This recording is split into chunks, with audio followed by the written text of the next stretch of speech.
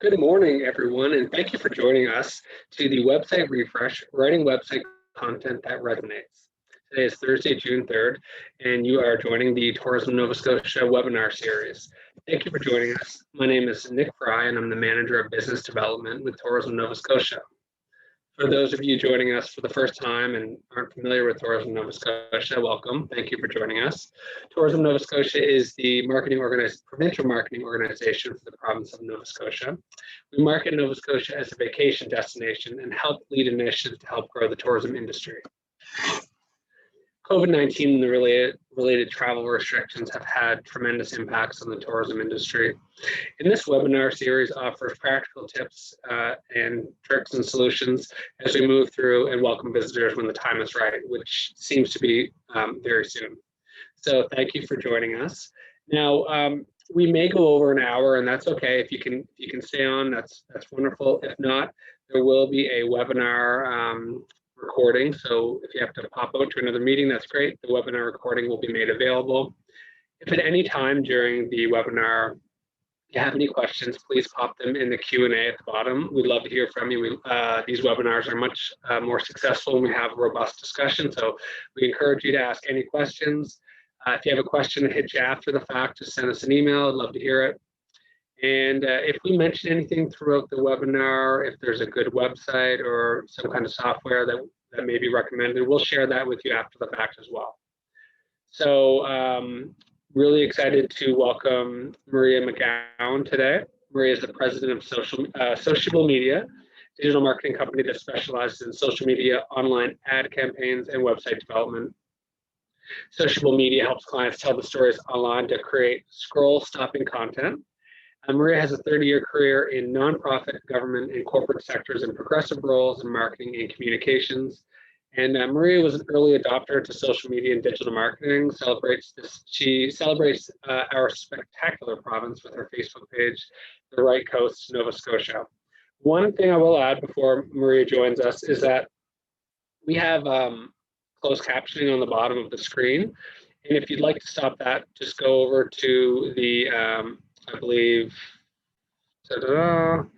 you can disable that feature. So you can do that on the bottom if you'd like, and if not, you can just leave it on. So without further ado, Maria, I'd like to encourage you to share your screen, and we can't wait to see your presentation. Thank you.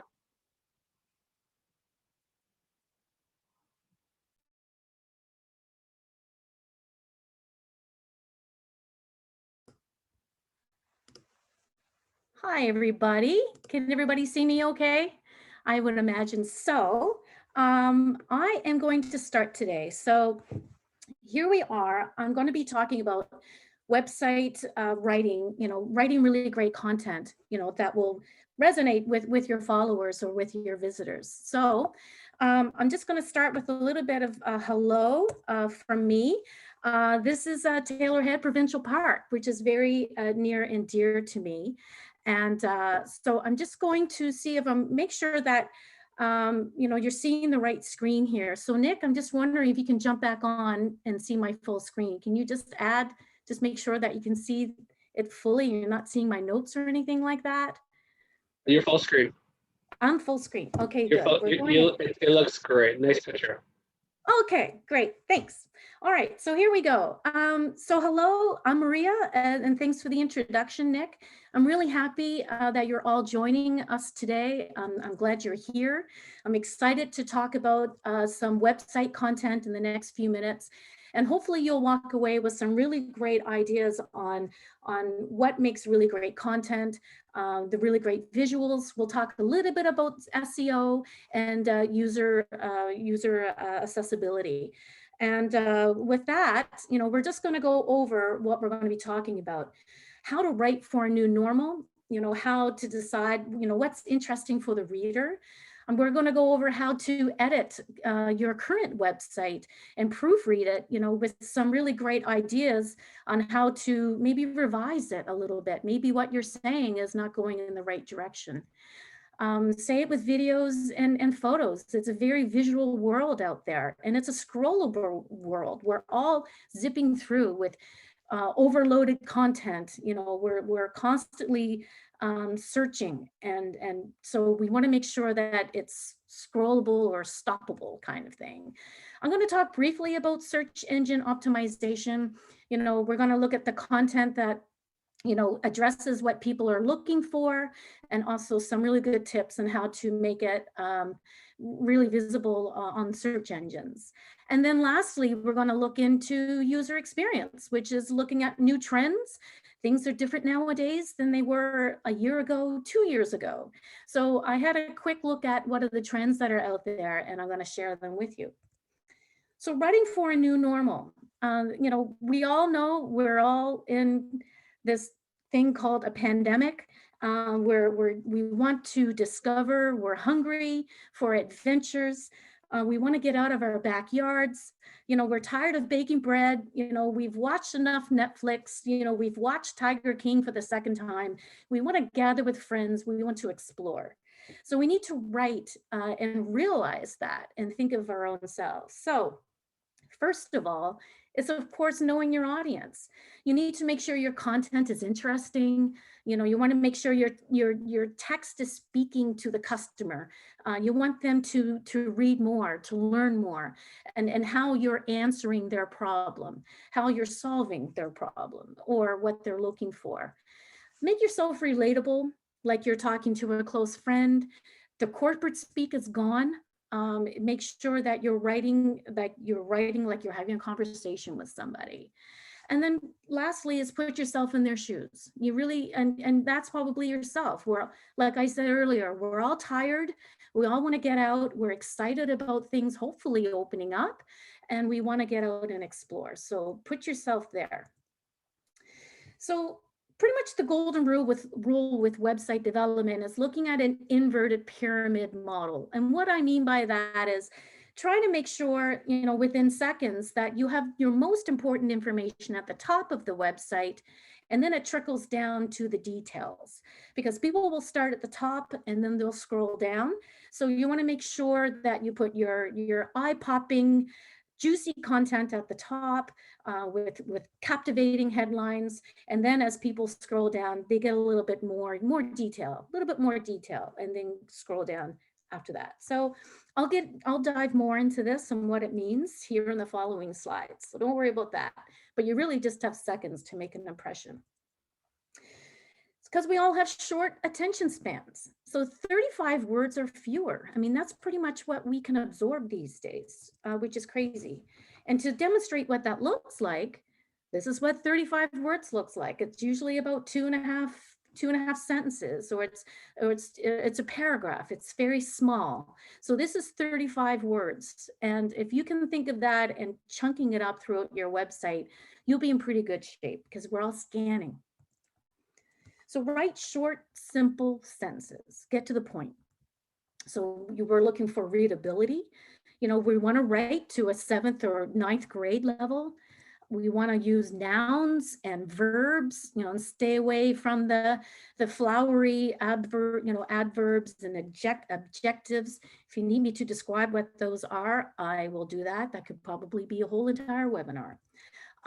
So tools to test your readability, and Microsoft Word has a really great feature where you can actually go and it will count the words for you. So that will help you and make sure you're within that 35 range. And then another really cool website that I discovered, it's webfx.com. And they do, if you just put in your URL for your page, it will scan and it will tell you the readability. It will give you tips and suggestions on how to, how to reduce the words, or will give you some advice on how to do it. So I encourage you to do that, or just check it out. But you have to do one page at a time. It doesn't do your whole entire website. It just does that one page. Really helpful. So stick to an active voice. And what do I mean by that? Rather than passive verbs to create, instead of saying, and we all see this, products can be ordered on our website. It's very sterile. It's very, very non-emotional. So instead of saying that, you can say, you can order products on our website. Try to put it in the first person. When you speak directly, like you can do it. It's way more engaging. and it's much more active. So think of that. And we see that all the time on websites. It's very um, corporate type speak, and make it more like you're talking to that person. So show, don't tell. And what I mean by that is, stay away from just the flowery, high level, people have to figure it out. And, it's just too vague. Try to be more descriptive and personal, like I mentioned earlier. And what I mean by that is, instead of saying stay at our award-winning hotel. Okay, well, let's think about that. Why is it award-winning? Everybody can say that. You can win an award for a lot of things. So was it because of your staff that is amazing? Is it because you have spectacular shampoo that's won awards, and you have it, you can't keep it in stock in your rooms? Tell the story of why it's award winning. That's just such a blanket experience or saying. So instead of saying that, turn it around to say, it's known for our customer service excellence, we provide memorable experiences. Maybe show a picture of somebody having a memorable experience. Or you can say, treat yourself to a warm welcome, from our award-winning customer service team. It makes it sound like, we're really proud of our staff. We love who they are. We're very picky who we hire. So we want to make sure you have the best experience possible. So that says a lot more than stay at our award-winning hotel. Tell a little bit of a story behind it. So, and like I said, give specific examples. And it's also good for SEO. So the text is scannable. And what I mean by that is people will start at the top or throughout, and they like big, juicy, bold headlines, that our eyes gravitate to that. So a really great way to organize your content is to use bullets or numerical lists. The really short, you can divide long, beefy content, put it into sections, 3 sentences, 4 sentences, short, that 35 word count. And then lastly, I want to, talk about white space. Sometimes people are like, too much white space. It's like, no, you can never have too much white space. Clear, simple, easy. The human eye wants to rest on something. They want to scan through, and the eye needs room to breathe. And it needs to know where it wants to go next. So if you have so much content crammed, onto a website, it's not a great thing. It's not 2001 where you had a website that was just launched and you crammed it full of text. Those days are gone. It's really less is more in many, many ways, and it's scannable. So say it with video and photos. This is my favorite part of the presentation, because you can say so much with a really great photo and a video. So to incorporate that, you need to have some stats in mind. And I want to drill this home to you because, we visually process things a lot faster, with visuals than we do with words. We also, and I'll repeat this over and over again, but you want to have this emotional element. And what I mean by that is, perhaps it's a dramatic angle. Maybe with the picture before, with the little boy on the beach, and I'll show you here, this, the focus is on the little guy. They're down at the sand level. They're not looking down from above. They're actually on the same level as the little guy. And then in the background, it's very pretty. So that's what I mean by that. So dramatic angles. Maybe the lighting will be really great. Maybe it's someone laughing, not crying, but you want to have somebody enjoying themselves at least. Or they're intrigued. You want to make sure they're relaxed. It's authentic. Just make sure that you're telling them really great. People will, and authentic goes probably with using a stock photography. You got to wonder how authentic that is. So they break up the text, they make it much more scannable to read if you're using video or photos. So tell a story with that.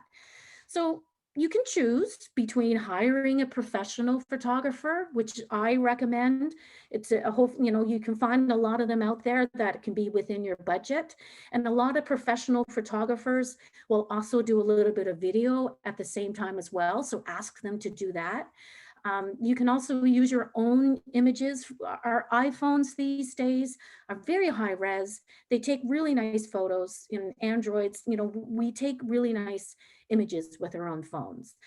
But you know, you can use stock photos, but be very, very choosy in which ones you use, because nobody really likes to see a stock photo that, you know, you've seen somewhere else. It can ruin it can ruin your credibility a little bit if it's like, oh, I've seen that before, you know, I've seen that on something else. So be very picky.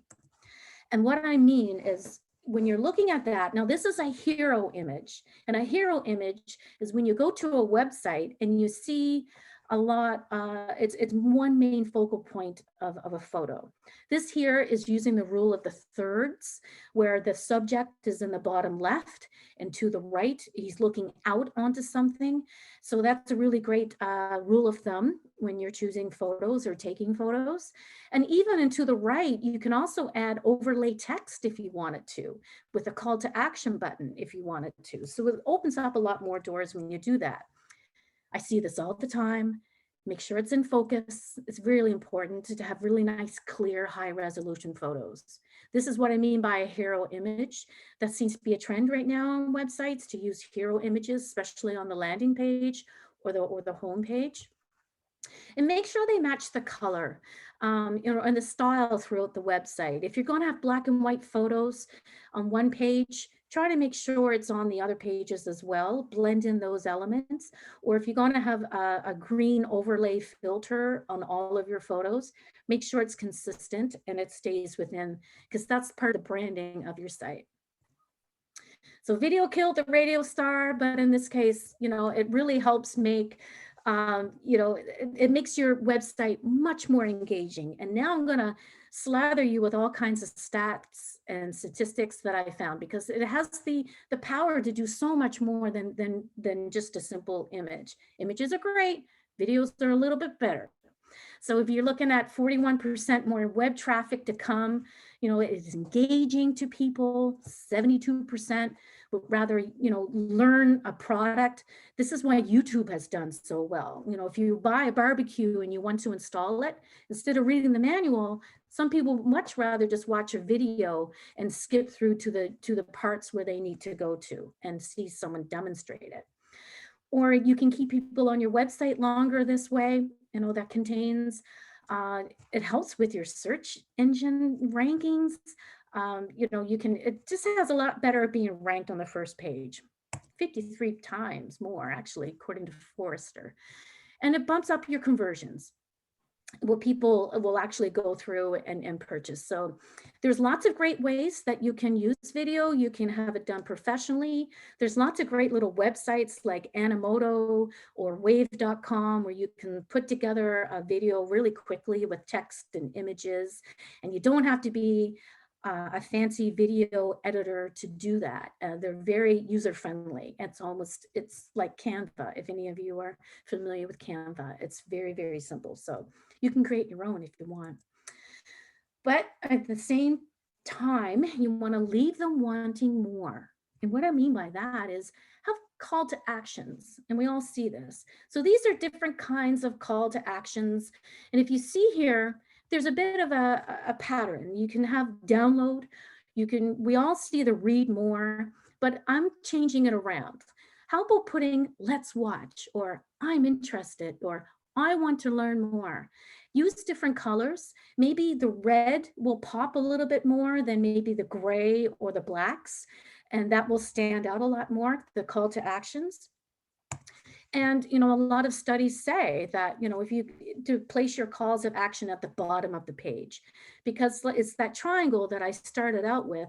Your most important information is at the top, where it's very brief, attention grabbing. And then as you work your way down to the pages, put your call to actions there. Leave them wanting more. So travel website trends. I had a quick look here and I found out the following. So they have strong call to actions. They're everywhere. And they tend to focus on high quality images, really great to invest in here. Could be hotel, motel, campground, whatever. Just make sure it's a really nice high quality. There's a benefit driven booking promotion. You know, what's in it for me? That's what you want to think. What kind of value can you add to your visitors to your site by having benefits and captivating descriptions. Like I said, instead of stay at our award-winning hotel, it's a little bit more description. It's a little bit more beefy, give them what they really want to know.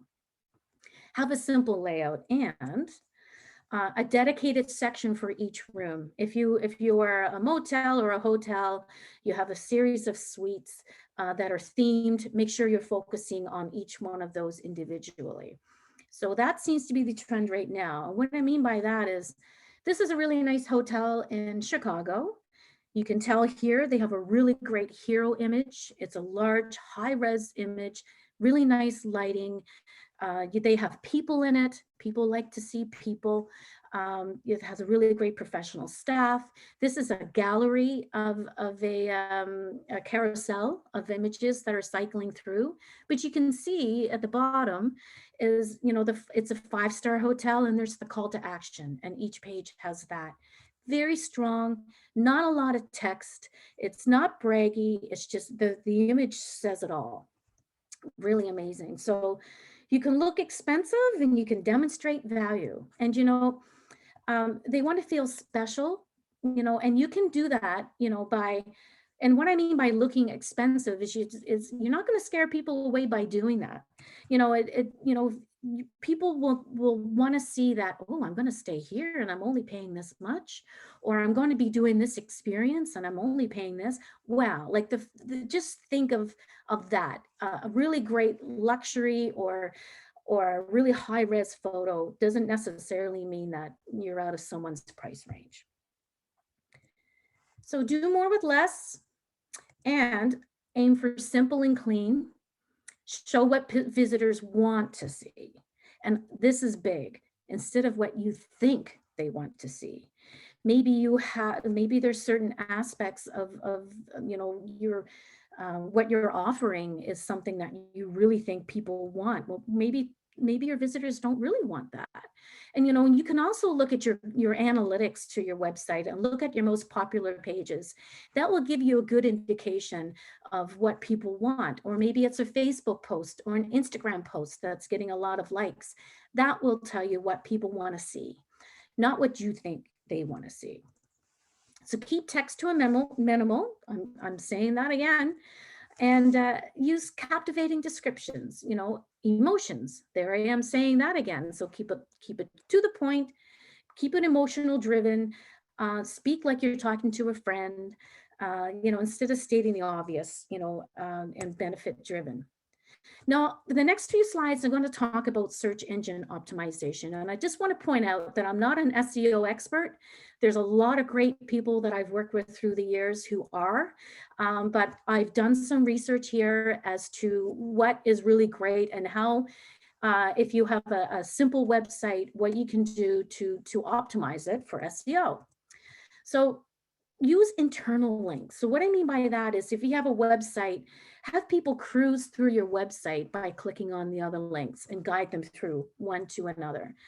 For example, if you have a bike rental, you say biking in Annapolis Royal, and then you can hyperlink the Annapolis Royal and actually put that in there. So maybe it goes to a blog or into another area of your website. Maybe it goes perhaps even to your Facebook page if you wanted it to. But you really, the focus, the idea here is to have people to stay on your website and surf around your site and explore your site.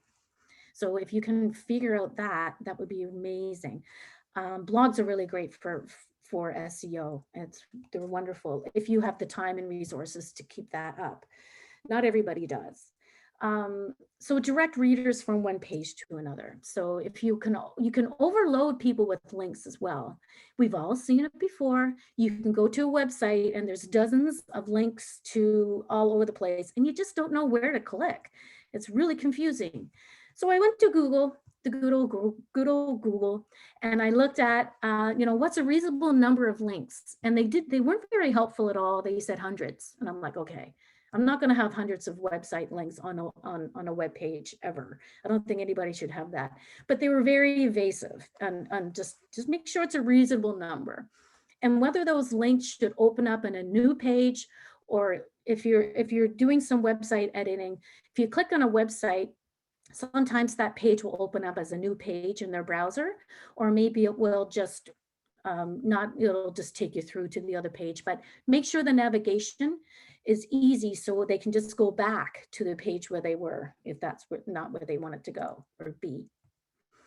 So help Google find your pages. And as you know, Google is huge. There's a lot of noise out there. So there's no central filing system. It's crazy. It's just, that's where it's at. But there's some things that you can do that will help, and this is one of many. So the H1 tag, for example, it should contain targeted 8 keywords, ones that closely relate to the page title and are relevant to your content. And this is if you're using WordPress, if you're actually in the back end editing your website and you see that, if you can select, these is usually your headlines, that kind of thing. And then if you have your H2 title, this is more the subheading. It should contain similar keywords as into your H1 tag. And your H3 is a subheading for your H2. So it's a hierarchy based on experience and importance. So I just mentioned the word keywords. So keywords, they're great. They're one of the many factors, though. Things are changing. They're helpful to SEO, but they're not the be all and end all. So what I mean by that is you want to create content, that's based around your keyword research. And you're probably wondering, well, where do I get the keyword research at? So this is where I typed in yesterday, I went into kayaking in Nova Scotia. I just went to Google. These here, they're all long tail words. So I typed in kayaking in Nova, and then this is all what jumps up. This is a really good, helpful research and homework to do is, these are all really great things that people are searching for, like me. Maybe I wanted to do kayaking in Halifax and see all those little keywords down here, best kayaking, sea kayaking, kayaking in Blue Rocks. These are all really great indicators to where you can probably put these search terms into your content somewhere. So they're definitely most likely to convert. Another helpful resource is it's Google AdWords. And if you're not doing Google Ads, that's fine, because this is a free keyword planner where you can go and look and you can check out what people are searching for, and it will tell you which ones are common. And there's so many trains of thought on that, but it's definitely helpful if you want to know what people are looking for online and how you can match that. Go to Google Keyword Planner. There's tons of other resources out there too, but this one's free. So what Google says, I went back to Google and I was like, hey, Google, what can I do here? So they say with website and SEO, and this is verbatim, I took this from their website. So they say, move it to the visitors, not for search engines. And this is a search engine that's saying that. They're saying, give people, make sure you're writing, for the people. Don't write for us. Write for what people will find relevant and important and valuable. They really want for visitors to websites to have a really great experience. Make sure it stands out. What makes you unique? All of these things. So I found this interesting that Google would say this, don't stuff keywords all throughout the website. Make sure it's a website that brings value. It's engaging. It's all of those things. Really cool. So good user experience design. And what I mean by that is you'll see this everywhere, UX, and that stands for user experience. So it's all about getting inside of your people. Getting inside their heads. What are they thinking? What's in it for me? Everybody's thinking, what's in it for me? We all do that. We just naturally gravitate there. So it's anticipating every move. It's really simple website. It's enjoyable to use. It's almost like, you want people to think that this website was designed for me. Wow, they totally get it. They're answering all my questions. They have a Q&A. It's like, wow, they get it. But this is the other thing. The clincher is there's no silver bullet. I can't give you, here's what you got to do it. There's nothing like that. Just like Google says, just make it valuable. Make sure you're doing all the right things with value and unique. So with a combination of making tiny tweaks from now and here and there and once in a while, you can't set it and forget it. You're always going to be going back in, changing a photo, maybe making your photos more seasonal. If it's winter, have some really nice winter images or video. If it's summer, switch it to summer. So make sure you're improving every time, and that kind of thing. With websites, speed is huge, and it's amazing. It's your first roadblock when you think about it. So too slow, we've all been there. It's 2001, you go to an image and it's creeping its way down the screen, you leave the room and you come back, it's still loading that image. People will just say goodbye, no, see you later, those days are done. They're less likely to trust you. And speed equals professionalism. You want it to load up really quickly. You only have seconds to make that impression, right? So, and that's what I mean. There's only about 2 seconds, and people will probably go somewhere else, or they'll just move on. So high resolution images, this is the biggest culprit. Number one reason that can slow down a website. So check the file size. Anything above 1 megabyte is too big. And we can run into this problem, or to a little bit of a snag, because a lot of our cameras these days take high resolution photos, the Androids and the iPhones. They're usually about 3 megabytes, depending on the setting that you have. If you're going to have that really nice high res image, it's probably going to eat up a lot of bandwidth. It's going to take away some of the speed on your site. So make sure you're using JPEGs instead of PNG files, especially for larger images.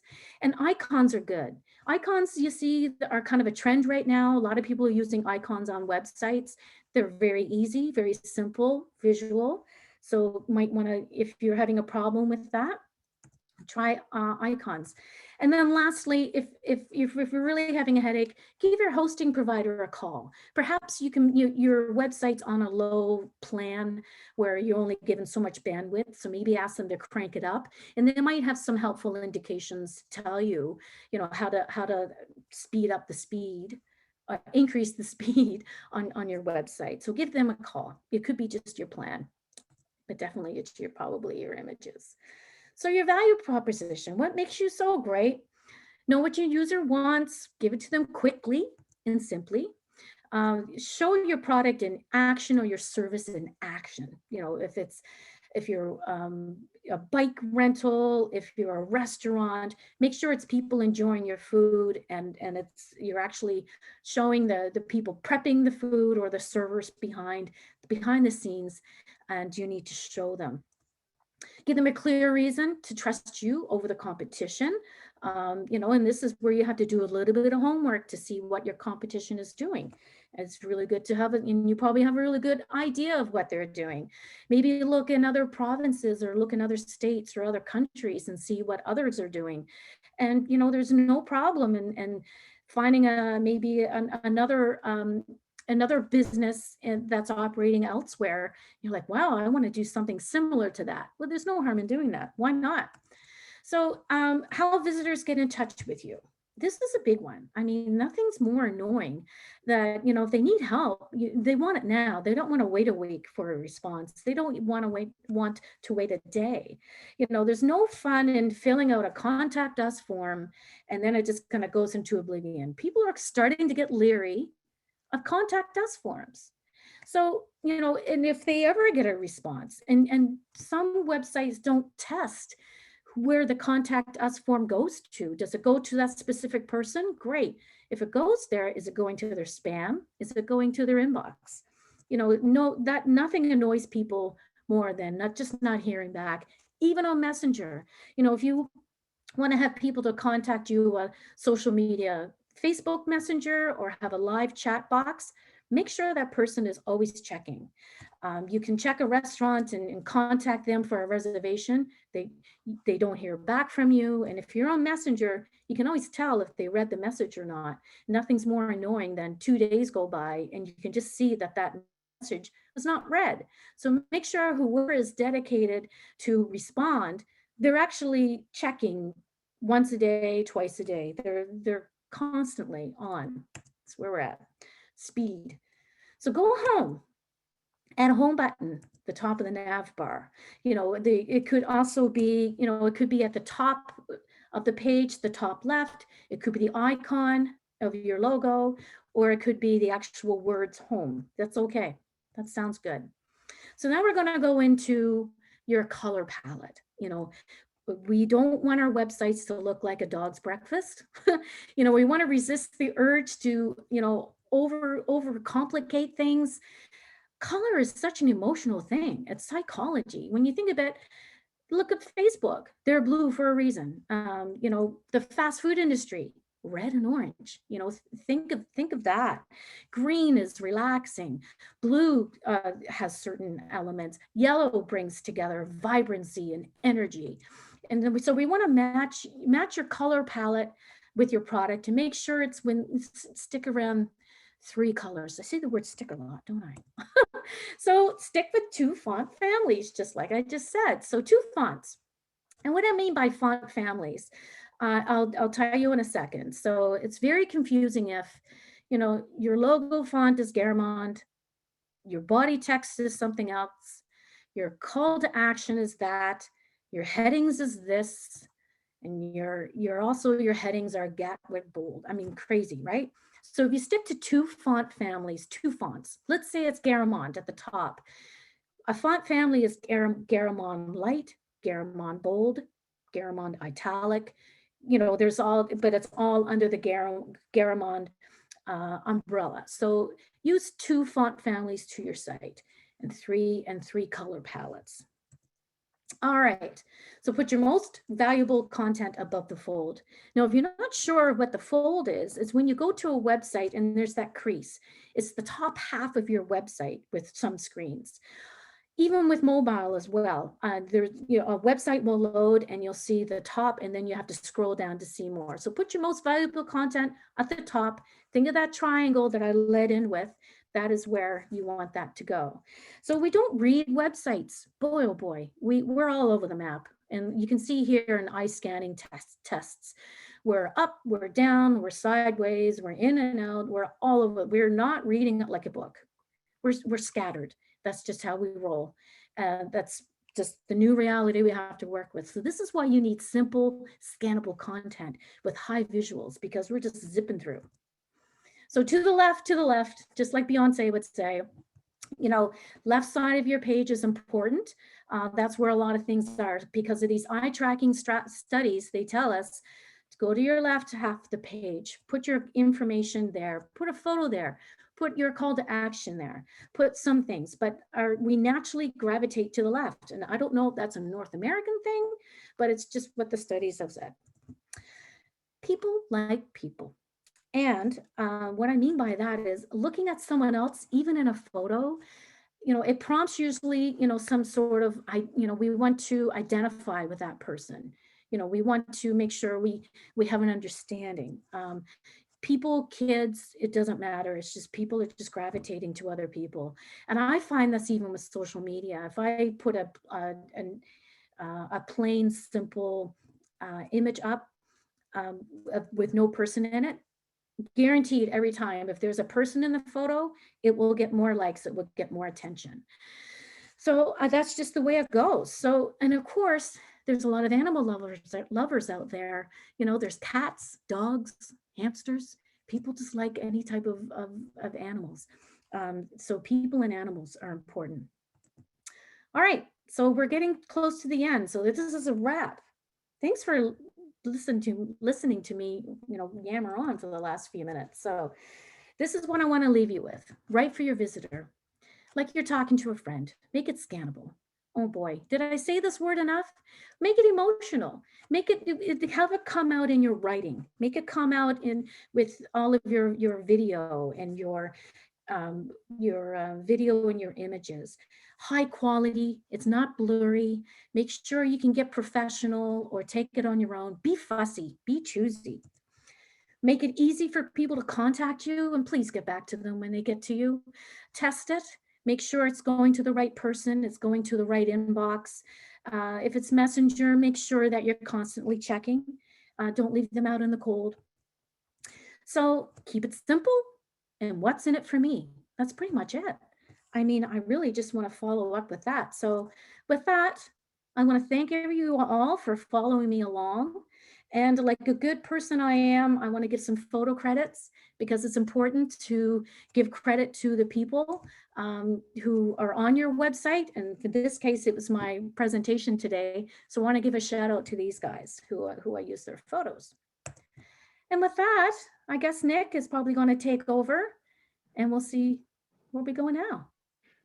So thank you so much, Maria. That was actually a lot of really great points. Now, we've had a few questions. A lot of them are around some of the websites you mentioned. And as I covered at the start, we will send out those links that you talked about in an email post after this. So one question is, and I would encourage anyone on the call, of course, or webinar, sorry, to ask any questions they have while we have Maria.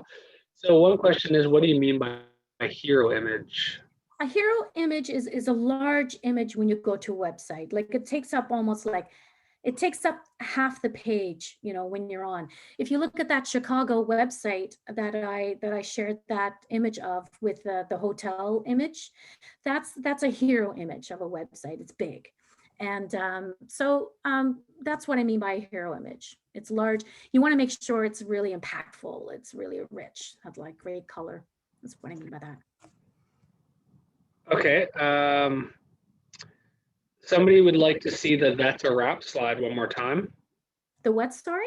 That's a wrap slide, like maybe your previous slide. That one there. Okay. There you go. We'll just leave that up. That's an easy one to answer.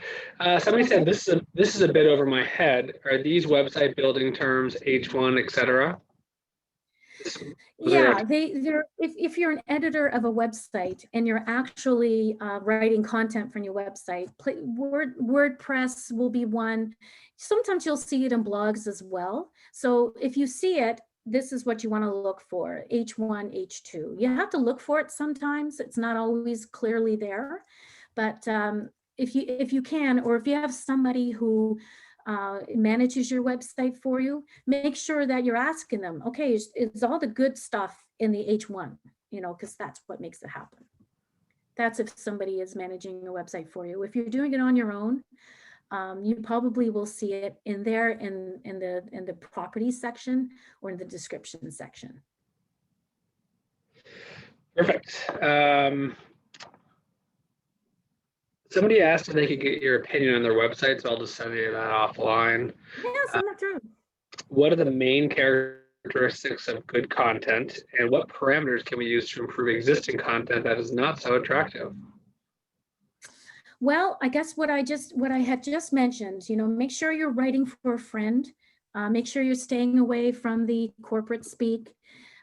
Make sure you're writing like you're doing a Facebook post. Like the corporate style is gone. Make sure it's simple. You're not using too many words and flowery words. And just follow along. If this is going to be recorded or it's being recorded, so have a look back and look at those recommendations that I gave earlier about just keeping it really simple and not too wordy and not paragraphs and paragraphs of content. Make it clear and concise. Perfect. I'm not sure what this person wanted. Somebody said it's in Squarespace as well. Mm-hmm. And are there any recommendations of how many menu items to show in your navigation menu? How many is too many? Oh, that's a good one. Make sure you can scroll across the top. It depends on the formatting of your website. You usually can have about 6 or 7, you just don't want it to drop down into the second line. And make sure it just all goes across the top, and that goes with font size, what have you. So make sure that there's no real golden rule on that, on how many things to have in your navigation bar. You remember, you can also put extras into your drop down menu as well, if you want a drop down menu. There's no Okay. real rule of thumb. Did you, can you go back to the slide with dimensions text H1? Is that? H1. Oh, this is that one. That guy. Yeah. Okay, we'll just leave that up. And another question kind of relating to that would be, with H1, H2, H3, are these just a keyword drop zone or for full descriptions? That's a good question. And these questions are over my head. Let's just put it. Yeah, so it's and like I said earlier on, I'm not an SEO expert. I know great people who are, and I wish they were here to join me because I could answer that. So I know that they are actually in the page builder sides. So I'm not sure what the keyword drop zone is, but I know it's in the full descriptions, when you're in the properties of the website. I know where to find them in the properties. Somebody said you want to try to include, I missed that one, sorry. What was that one? Oh, sorry, everything's flying up here. What is the meaning of KISS and? With them. Okay, Yeah. KISS is keep it simple, stupid. And with them is what's in it for me. So those are kind of the old acronyms or whatever they are. So it's just keep it simple and put yourself in the visitor's shoes. Keep it, what's in it for me. We're all thinking about what our pain points are. Perfect. Somebody said, can I contact you to review my website? Sure, happy to. Okay, and we'll share your info in the email follow-up. Yeah, that'd be great. Actually, maybe Jennifer or Cindy can just send off an email, just connect them with Chidi. If you find, do you find if people actually check the top navigation bar on cell phones, they said theirs turns into 3 lines? Yeah, typically, yeah, for mobile, it will switch to those 3 lines. It just makes it easier. Most people know to tap on those 3 lines to get to the menu or to also get to the navigation bar. Sometimes you can toggle that off, but the best practices are to have those 3 lines because people just know that is where you can navigate through the site better on mobile. Perfect. There's a lot of H in terms of the slide means heading, correct? Yes, exactly. H means heading. Heading 1. Somebody said awesome presentation. Thank you. Look forward to listening again. Have a wonderful day. Thank you. What is an icon? Please describe. Oh, well, an icon, let's just say it's something like here. See that signpost there? That is an icon.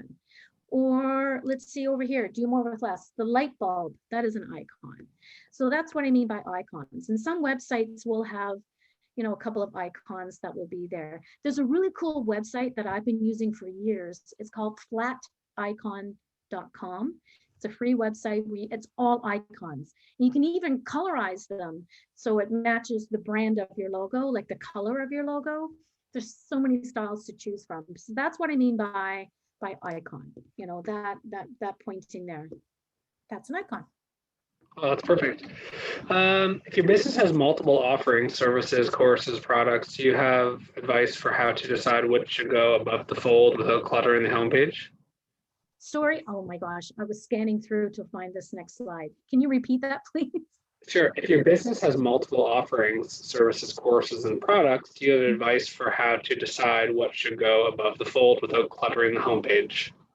My advice would be maybe look at your analytics and what services or products or courses that most people are gravitating toward, or even look at social media posts that you have been posting.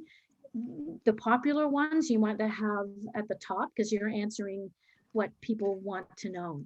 So that's how I will probably determine what goes above the fold, to unclutter that homepage. Have a look at what people are gravitating toward. Make them make a decision for you. What size text do you recommend for general descriptions? Oh, that's a good question. I usually stick between 16 and 18 point fonts. That's usually where I tend to go, a little larger. And on mobile, it's a lot smaller, because it's mobile, it's a smaller space you're working in. Equal 12 point for mobile.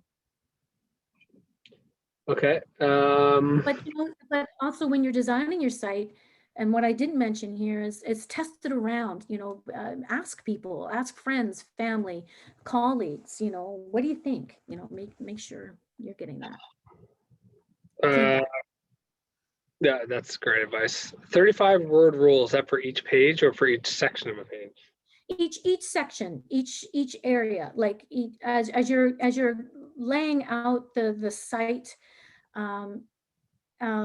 yeah, not each page. It's definitely each section as you're going through. Definitely. Perfect. So I think that's. I think we're looking really good. Good. That's a robust discussion if I've ever seen one. Perfect. So I am just going to give me one quick sec here.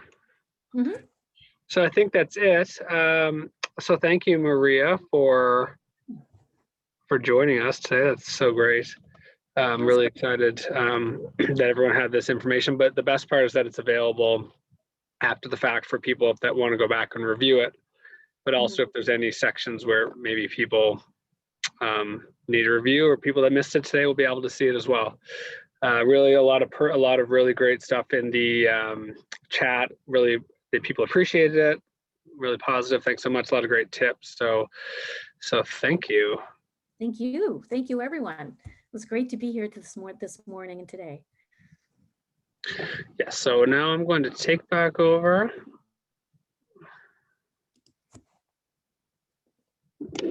Perfect.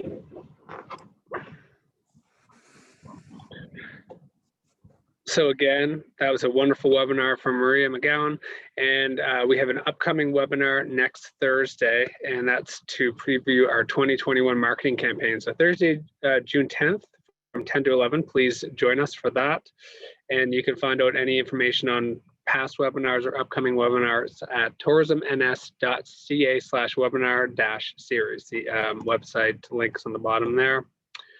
So stay connected with Tourism Nova Scotia. We often have new campaigns, we have new programs, we share programs that our relevant partners have.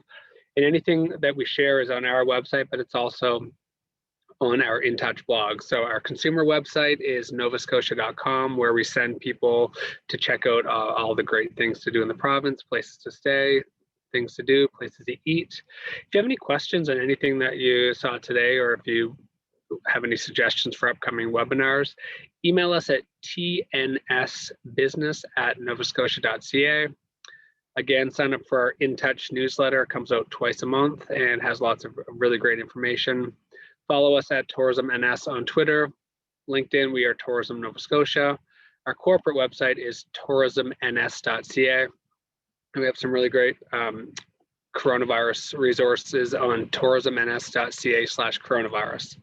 So thank you again for this wonderful webinar. Thank you for joining us. I hope you had a great time today, learned a lot, and hope that you join us next time. Thanks so much and have a great day.